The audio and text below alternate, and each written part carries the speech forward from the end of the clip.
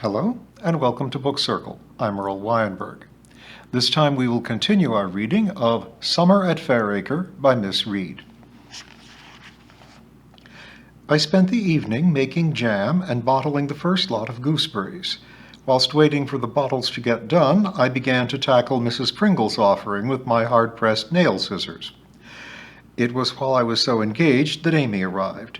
"Heavens, I'm so glad to see you," I cried. "I'm awash with gooseberries." I ushered her into the kitchen. 8 pots of ruby-red jam gleamed from the draining board. The rich, fruity smell emanated from the oven. "Lucky you," said Amy. "It smells marvelous in here." She gazed in wonder at the bowl awaiting my nail scissors' attention. "Do you want some?" I asked. "Please say you do. I'm getting to loathe the side of a goose-gog." "Can you really spare a few? I adore them. I like all the nice cheap fruits, like rhubarb and gooseberries that other people look down on. I think they're blissful." I began to tip a few pounds of Mrs. Pringle's gooseberries into a bag, expressing my pleasure and relief at the same time. "See anything of Gerald?" asked Amy, when at last we were resting in the sitting room. "No. Well, I can't say I expected to. He's probably busy." "He's not too busy to visit Fairacre daily," said Amy somewhat severely. "It's my belief he calls to see Miriam each evening. He only seems to use our house to sleep in."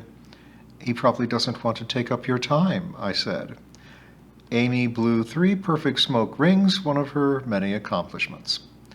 "That's as may be," she said eventually. "Personally, I think that Miriam is a charming girl and far too good for Gerard. You would have been much more suitable." "How do I take that?" "You know what I mean. You have quite a lot in common with dear Gerard. Now, Miriam would find a lot of things about him which she would want altered. I know James had some tiresome ways when I first knew him." "And is he now a reformed character?" "I hope not. Despite the few tiresome ways just mentioned, I liked him as he was, and still do." "That's good. I think James is a dear. I should have snapped him up myself if you hadn't got in first." Amy looked gratified. "Yes, I'm glad I did get in first, taking it all in all.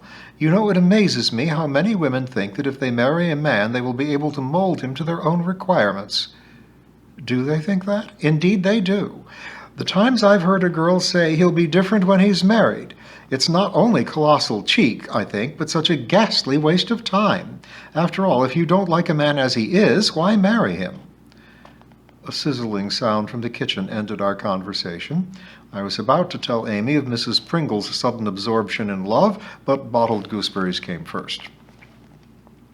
I saw her to the car and helped to prop the bag of gooseberries safely. "1,000 thanks for them, my sweet," she said as she let in the clutch. I returned to my fragrant kitchen. There were still gooseberries waiting in a bowl to be topped and tailed. 6 bottles were now standing beside the jam jars. The telephone rang. Mrs. Maughan was at the other end. "Could I do with some gooseberries? They had a bumper crop this year." I expressed my gratitude, but explained that I really had rather more than I could cope with at the moment. In more ways than one, I thought, when I replaced the receiver, what with end of term, Miss Briggs' wedding, Mrs. Pringle's continued absence from duty, television crews, and tales of Gerard into the bargain. Too tired to cook a proper supper, I spread a hunk of bread with still warm gooseberry jam and washed it down with a glass of milk. I must say it was jolly good. Chapter 16. Sunshine and Sports. During the last week of term, I drove to Beech Green to have tea with Miss Clare.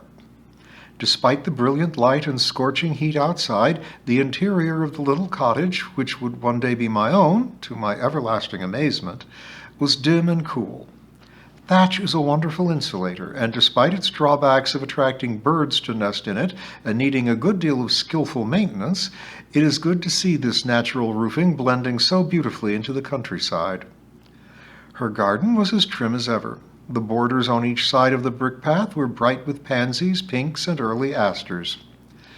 The vegetable plot was a miracle of tidiness. Miss Clare was now past gardening herself, but a young neighbor with a growing family was glad to have the garden and kept Miss Clare supplied in return for her generosity. Thus everyone was pleased. "He's almost as good as Mr. Willett," I said, surveying the rows of shallots ready for lifting and swelling bronze onions, the peas thick on the sticks. The tops of the pea sticks, I noticed, were all cut neatly to the same level. It all looked most efficient. "He was always a tidy boy," said Dolly Clare indulgently when I commented on his handiwork.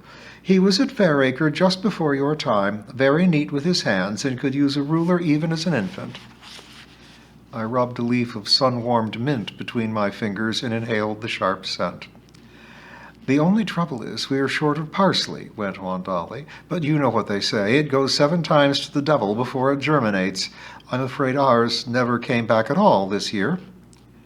I promised to bring her a root of mine and went indoors to put on the kettle. The round table in the window had already been set.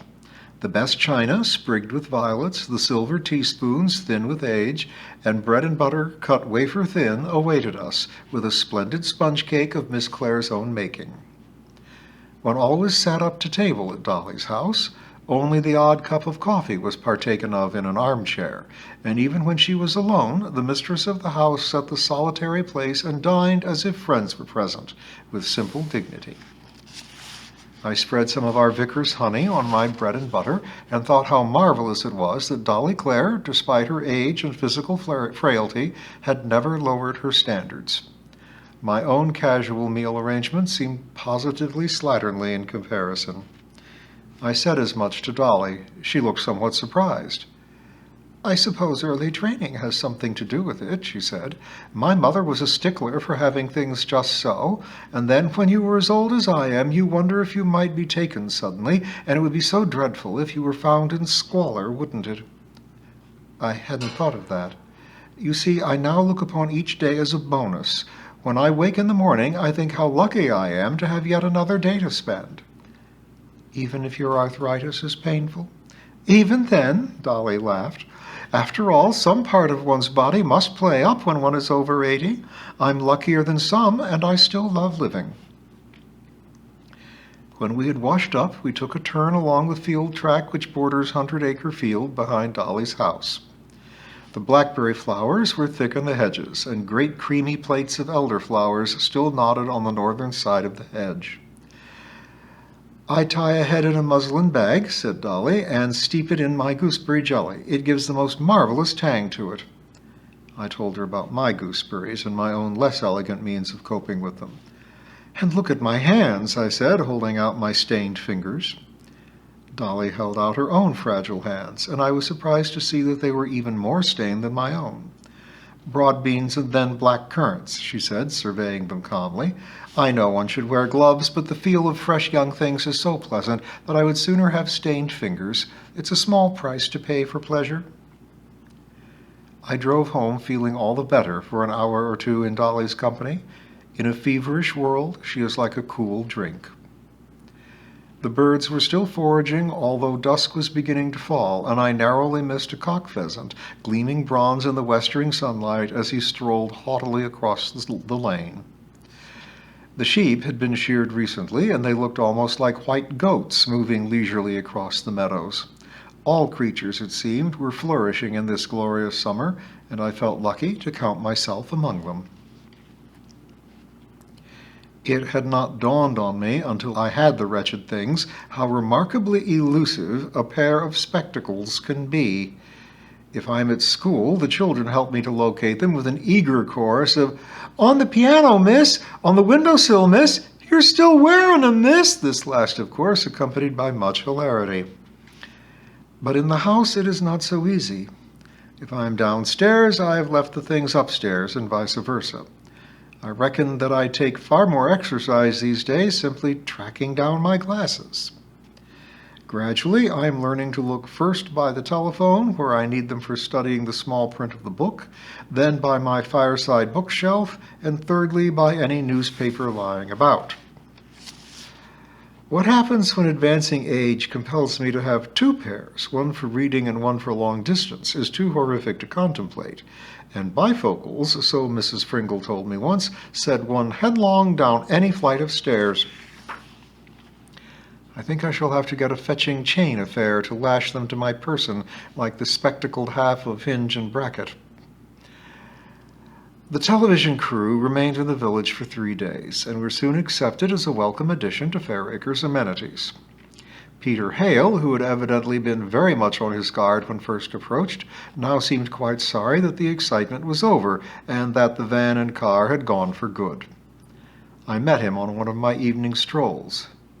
"Do you know, I was in school with the father of one of those chaps? The oldest one, incidentally. Makes you realize your age." "I'm constantly meeting old pupils in Caxley," I told him, "and I'm not only incapable of remembering their names, but also if they left 3 or 13 years ago." Well, that's some comfort. It was quite interesting to watch them at work. One wonders, of course, if it really takes half a day to take a few shots, and I'm jolly glad they decided against coming indoors. I told him that I, too, had banned interior filming. "They're making a set, I gather, of a Victorian schoolroom, all hanging oil lamps and slates and the cane well in evidence." "When is it going to be shown?" "Sometime next month. They said they would let me know. I'll give you a ring as soon as I know anything." "Many thanks. I'm looking forward to seeing Aloysius Lloyd." "Was that his surname? First I knew of it. By the way, are you all right for gooseberries?" I assured him that I was, and added, "It seems to have been a bumper crop this year." After all, if I had not said it, then he would have done. The highlight of the summer term at Fairacre is our sports day. Mr. Roberts, the farmer, lets us have one of his meadows for the occasion, and obligingly turns out sheep or cattle a day or two beforehand, so that Mr. Willett can rope off the course for the spectators. It is also Mr. Willett's unenviable task to clear the course of the more obvious cow-pats and to flatten any molehills. In this job he has the enthusiastic support of 3 or 4 of the bigger boys. I have no difficulty in maintaining order in the classroom as sports day approaches. The hope of being chosen as one of Mr. Willett's course-clearing team makes for a very well-behaved class. Normally, we study the barometer and listen anxiously to the weathermen as sports day approaches. The final word, of course, is Mr. Willett's, who knows all the local signs of a change. But this year, with weeks of set fair and even very dry on our barometers, we hardly bothered to consult even Mr. Willett. "Might get a bit of wet in a day or two," he volunteered on the morning of the day, "but it should hold up for this afternoon." "It all looks splendid," I told him, surveying the course before school began. The grass was still dewy, the sky cloudless. The meadow had been cut for hay a few weeks earlier and presented a trim face to the world. "Had a mortal trouble knocking in them posts, though," observed Mr. Willett. "Never known the ground so hard. Better tell the kids to pick their feet up or we'll have some good old banged knees." Excitement ran high during the morning, and it seemed prudent to let off some of their suppressed steam with number games and oral work rather than risk bodged pages of written exercises. As always on these occasions, the girls were much calmer than the boys. The latter seemed to have a much stronger competitive spirit, which shows itself in tiresome boasting about their physical prowess. "Look at my muscles, then," bragged Eric, flexing his arms to his neighbor. "No bigger than a sparrow's kneecap," responded Ernest. During playtime, there was a good deal of sprinting from one end of the playground to the other, and some perilous jumping over skipping ropes obligingly held by the girls. I turned a blind eye to these activities, only warning the infants of tender years to keep out of the way. Miss Briggs had thrown herself wholeheartedly into preparation for the day and had organized most of the timetable, including a mother's race and a hideously difficult obstacle race for any fathers who were courageous enough to attempt it. As well as a pegged-down tarpaulin, kindly loaned by Mr. Roberts, under which one had to wriggle, there were the usual hoops to negotiate, ropes to leap, and a stretch of grass to be covered by means of stepping on flower pots, manhandled in a bent double position. The children were tackling the course themselves, but at half the size and twice the agility, they certainly had the edge on their fathers. Several parents had been coerced into being judges and keeping the scores of each child. I had been responsible for buying innumerable bars of chocolate and making badges from cardboard embellished with gold stars. It made a change from making gooseberry jam on recent evenings. The dinner lady brought us sliced cold ham, jacket potatoes, and some salad. For our first course, and a sloshy dish which she told us was trifle for dessert, her offerings were greeted with general approval. "It's just right for today," Patrick said graciously. "Us don't want no stodge in that. Slows you down, stodge does." One or two hardy boys professed to despise food altogether just before racing, but I noticed that they ate as heartily as the rest when it was time to serve out. At 2 o'clock, we were all out in the sunshine. Chairs had been arranged for the elderly on one side of the course, but most of the mothers and a sprinkling of fathers who were not at work sprawled on the grass looking after the many toddlers. Miss Briggs and I decided that the first few races should be straightforward 100 yards. We don't bother with meters in Fairacre, for boys and girls, divided into 3 age groups. Then came the girls' skipping race, and after that the infants had their turn. Apart from one of the infants running the wrong way, and Patrick taking a tumble over a tussock of grass and wrenching his ankle, all went beautifully. Linda Moffat's mother, in charge of the score sheet, was kept busy with a stream of breathless children arriving at her table clutching red, blue, or yellow cards for first, second, and third places. I had a fairly easy job of being judge for first place in each race, and 2 brave mothers coped with being judges of second and third positions. The obstacle race proved to be the most exciting, and the frenzied shouts of the children spurring on the contestants were deafening. Even the cows in the next field came to look over the hedge at the goings-on in their former grazing ground. Mr. Lamb's collie dog had escaped from the post office garden and romped energetically among the spectators and competitors, licking the children's faces as they emerged from under the tarpaulin and greeting all with great enthusiasm. It would not have done at the Olympic Games, but at Fairacre it adds to the enjoyment. In the midst of this hubbub, I was surprised to see Mrs. Pringle sailing majestically across the grass, wearing her best navy blue straw hat decorated with a white duck's wing. Obviously, this was an occasion, and I felt very flattered that she had honored us with the hat, as well as her presence. She took a seat on the end chair and raised a hand in greeting to 1 or 2 neighbors. Hard on her heels came Mrs. Coggs, the ancient pram making heavy weather of the uneven meadowland. I was particularly glad that she had arrived in time to see Joseph's age group tackling the obstacle course. He gave her a dazzling smile as he lined up, and whether it was his mother's presence or simply his own skinny agility, which turned the scale in his favor, no one could say, but he won by several yards, and the spectators applauded his success. The mother's race was a decorous affair, a straight sprint down the 100 yards. The younger ones took off their shoes, but the older ones, like Mrs. Moffat, who abandoned her duties to me for this race, rattled along creditably in high heels, and she it was who came in second, yielding first place to Patrick's mother. I went over to talk to Mrs. Pringle when Mrs. Moffat returned, flushed and triumphant, to her table. "I'm glad you could come," I said, taking the next chair. "Well, it was a nice afternoon," she said grudgingly, "and I guessed I could sit down after my walk." "You should have entered the last race," I told her mischievously. "The mother's race? I was a mother too long ago for that lark," she replied, and who was I to gainsay it?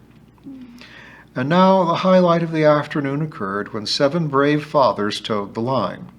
Privately, I backed a newcomer to the village, one George Fuller, father of a blonde daughter in Miss Briggs' care. He was slim and lively and looked a certain winner. Ernest's father, all of 15 stone, I reckoned to be out of the race before the whistle blew, and the other 5 were fairly run-of-the-mill in weight and athleticism. Mr. Fuller justified my hopes by reaching the hoops first and sliding through them at speed. He also leapt the ropes with the aplomb of a hurdler and was first to emerge from the confines of the tarpaulin. He was greeted rapturously by Mr. Lamb's dog and the cheers of the spectators. Now came the flower pot problem, and to my dismay it was quite apparent that balancing with one foot on a flower pot whilst transferring the other by hand a yard or so ahead was a skill which this young father had never attempted. If he fell off, and he did, he was in honor bound to start the flower pot bit again. It was here that Ernest's father came into his own. His struggles under the tarpaulin had been heroic, and the spectators were convulsed with laughter, even Mrs. Pringle managing a smirk. Only one father was behind him. The rest had progressed to Mr. Fuller's stage of the proceedings. But, despite his girth, Ernest's father had the uncanny sense of balance which so often makes large people excellent dancers. He fairly nipped along with his 2 flower pots, overtaking all the others and almost colliding with the hapless Mr. Fuller, who was returning yet again to base. He won by yards, and Ernest rushed to greet him by throwing his arms round his father's impressive waist and jumping all over the poor man's feet. He received the loudest clap of all when he came to receive his chocolate bar. "He deserved that," said Mrs. Pringle, and we all agreed. By the time we had returned the chairs to the school, cleared away the remains of the biscuits and lemonade kindly provided by the Parent-Teacher Association, and carried the ropes, hoops, balls, and so on to their rightful places, we were all pretty tired. The bigger boys folded Mr. Roberts' tarpaulin with much shouting and falling over, but at length it was done and dragged into the shelter of the school lobby. "What about them posts?" inquired one. "Leave them for Mr. Willett," I replied. "He will see to them tomorrow." The parents drifted away, children darting around them, still glorying in their recent triumphs. Miss Briggs refused a cup of tea in the schoolhouse, saying she was meeting Wayne to choose the bedroom carpet. And so I had my own cup of tea with only Tibby for company, and very peaceful it was after the clamor of the afternoon. Later that night, I was awoken by the pattering of rain. Mr. Willett had been right as usual, and we had got through sports day by the skin of our teeth. We'll soldier on into the days beyond next time.